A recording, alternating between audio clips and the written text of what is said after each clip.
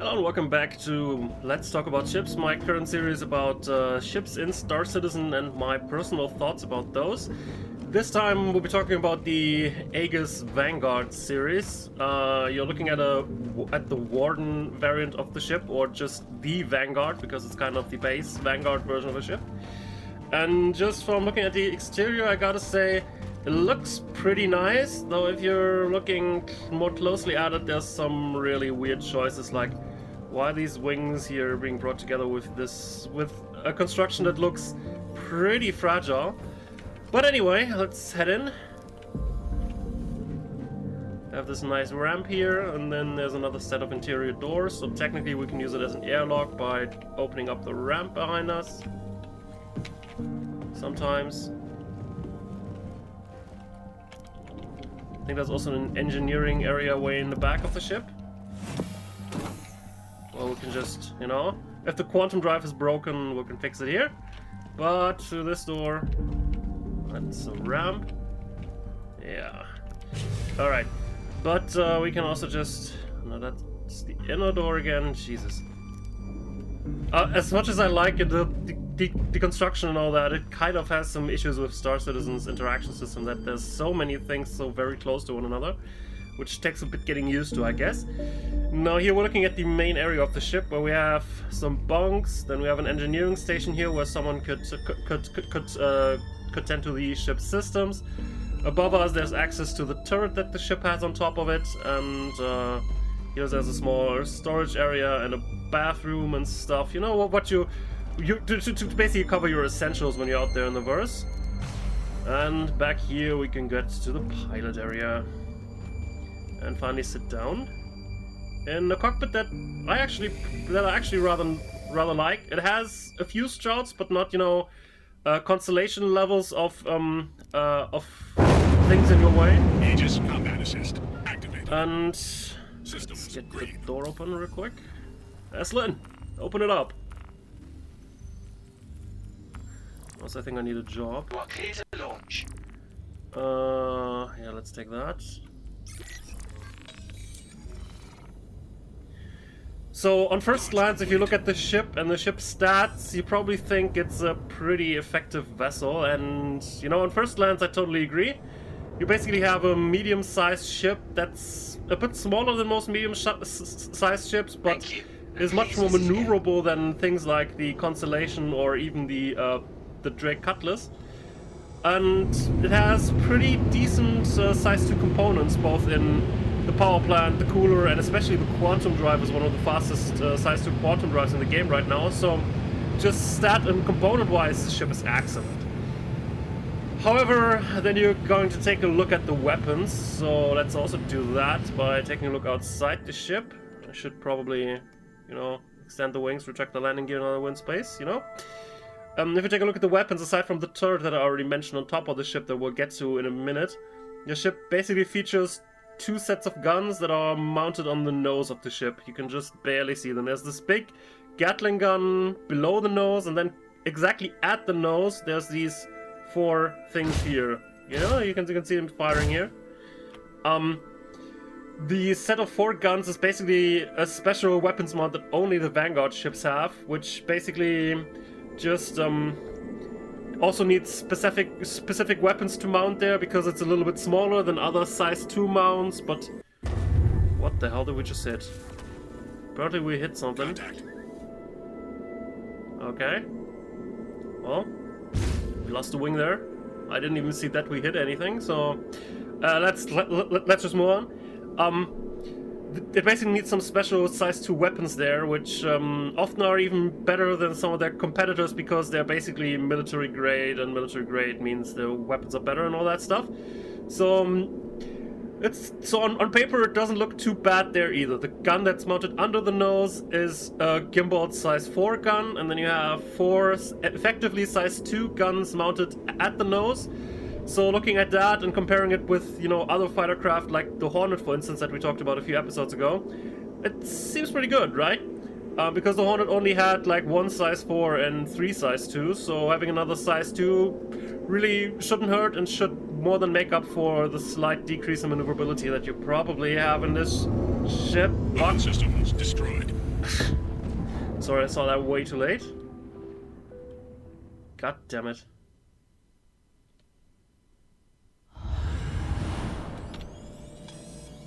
Yeah, it has nice speed, but, you know, when you don't see your asteroids until it's too late, then we have a problem. I'm gonna stop the recording here real quick so I can get the ship back into space. We'll be talking back when we're close to the mission objective. Sorry. So, there we are again. Apologies for that. If you're just looking at the mission marker because it's white, you can sometimes just miss rocks that also have the same color of, you know, white. So that occasionally happens, which is why I've normally just stuck to not flying directly at the marker, but somewhere next to it so that you have a clearer picture of what's directly in your path. Anyway, I was just talking about the guns on the ship. On first glance, it all seems pretty fine, you know, you effectively gain one size 2 gun compared to the Hornet. However, this the special weapon mount, while it crams a lot of size 2 weapons in a very small space, does not magically make them gimbaled. They're fixed. Which, the ship is pretty maneuverable, you know, don't get me wrong about that, but fixed weapons being in the position that they are right now, it's pretty difficult to hit anything that's smaller than a cutlass in size at least. And at that point you're basically stuck shooting down firecraft just with your gimbaled size 4 machine gun that this variant has by default. The other variants have different weapons and equipment that I'll get into at the very end of the episode. So it kind of puts me in a weird position where, you know, the machine gun is nice, but the machine gun also has muscle spread because they wanted to find a way to balance the machine guns and high velocity projectiles and thought that ammo wasn't just enough to balance it out. So, you know, the projectiles they shoot additionally have very small muscle spread, and while it's not a huge issue against anything bigger than a cutlass, it is an issue with smaller ships because you might not hit them, or you might hit them all over the place, and, you know, some ships can be some high-tech kind of Swiss cheese and still fly, and with the machine gun you just continue to alleviate that problem because you might have been damaging it for minutes and it might have holes everywhere, but it's still flyable because you didn't take out that one crucial component in the center.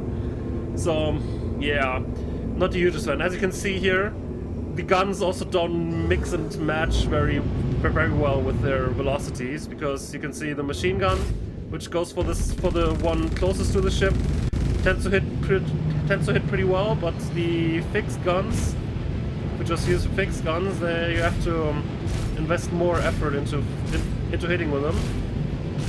So it's a bit of a weird system that I didn't like when we were discussing the Aurora series recently, and I haven't grown to liking it more, especially since it feels hugely arbitrary. Maybe not ram it. One thing that the ship does have going for itself is it has a huge assortment of missiles, so maybe let's use a couple of those for demonstration purposes. Missile lock.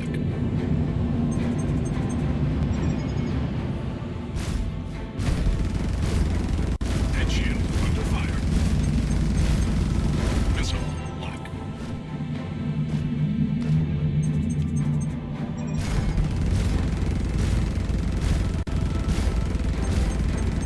Missile lock.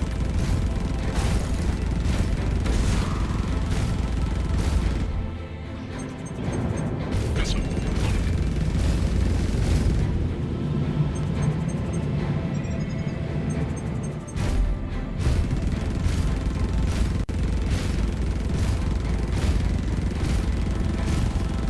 I've lost the engine now, but it's still flying. Missile. Again, the muzzle spread from the machine gun doesn't help, because in order to take down a constellation you need to hit some very specific segments. Okay, we have a Buccaneer, a Cutlass. Let's take out the Cutlass real quick, because that's just gonna die a horrible death rather quickly.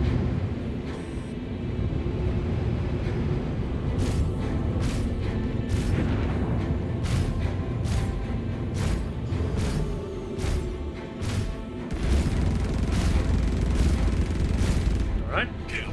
Cutlass is not a problem. They're just in the wrong spot in terms of maneuverability, size, and shield power, because the AI cutlasses are just horribly gimped because they have way worse shield than player-owned cutlasses have. So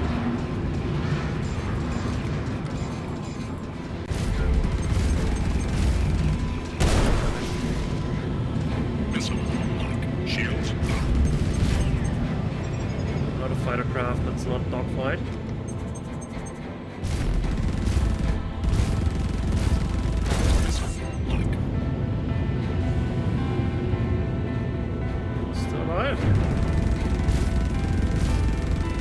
But it's drifting out of control. Alright. Well, so much about that.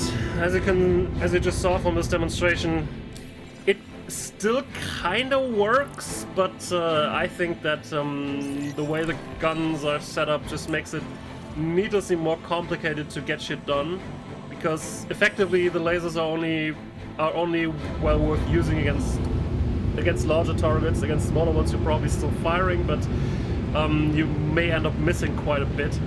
So it's a rather weird setup that I don't quite get why they went for it, to be totally honest. Also, let's talk about the turret real quickly, which looks pretty impressive when you're in there and all that, no doubt about that, but it only features size 2 guns, even though it's been very well established since the ship originally came out, and the ship has gone through a rework rather recently. So they did have the option to fix it, but CIG just chose not to. And size 2 turret just doesn't quite cut it. I mean, you can take down fighter craft with it. You know, I've flown around a lot with a buddy in the last few days, and sometimes I just gave him the satisfaction to just take down ships on his own, just using the turret, and it works against Buccaneers because Buccaneers don't really take that many hits. But aside from that, you're assisting but not really destroying anything on your own with size 2 guns. So it's not really that impressive, and on top of that, the default loadout on the turret is basically the worst gun that you can ever imagine being put on a turret, because it's a ballistic cannon.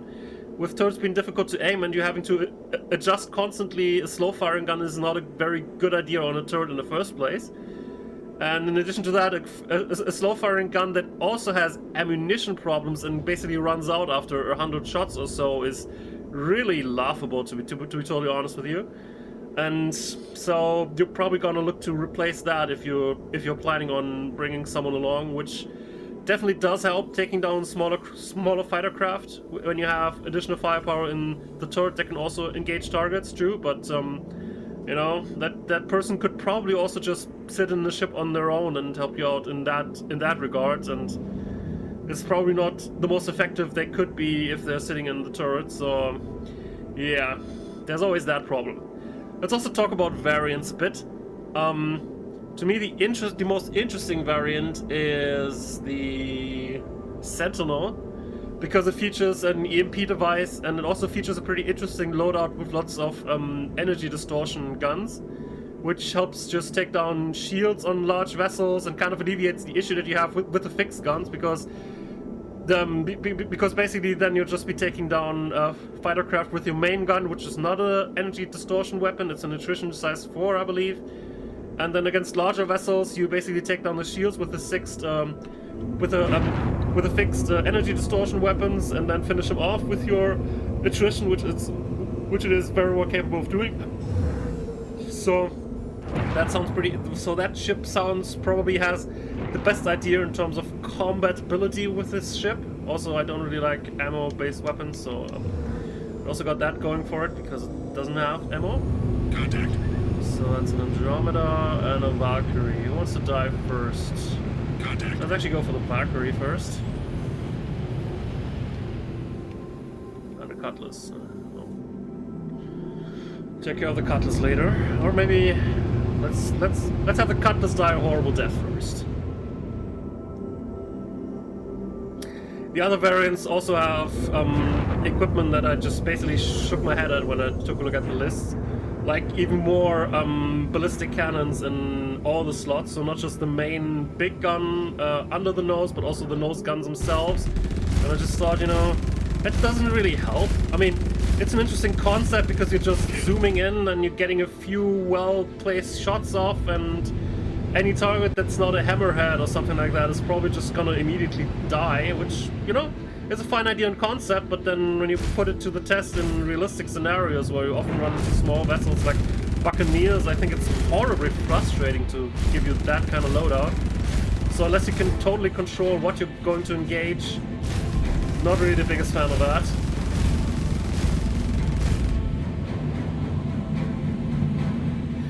And other things you can do with the ship aside from doing combat missions is also pretty limited, because it has an interior grid, so you can technically do deliveries with it, and arguably it's pretty good at doing deliveries because it has a really fast quantum drive, it's highly maneuverable and fast, so you can probably do deliveries better than even most small fighter craft can do. But it doesn't have any cargo grid, so you can't do some trading on top of doing delivery missions. So you just end up doing that and really nothing alongside it, which I am not a particular fan of. Because what makes deliveries interesting to me is to also figure out okay, now I'm going here, how can I work something else in that gives me additional profit, you know? And with the Vanguard you just can't do it, you're just delivery boy, you know? And delivery boy in a kind of a very military vessel, and it's basically a long-distance strike fighter. Feels a bit off, doesn't it?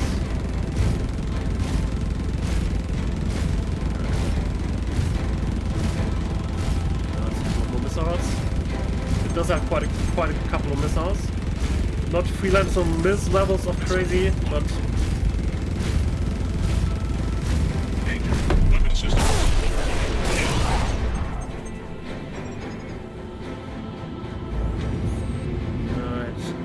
to you.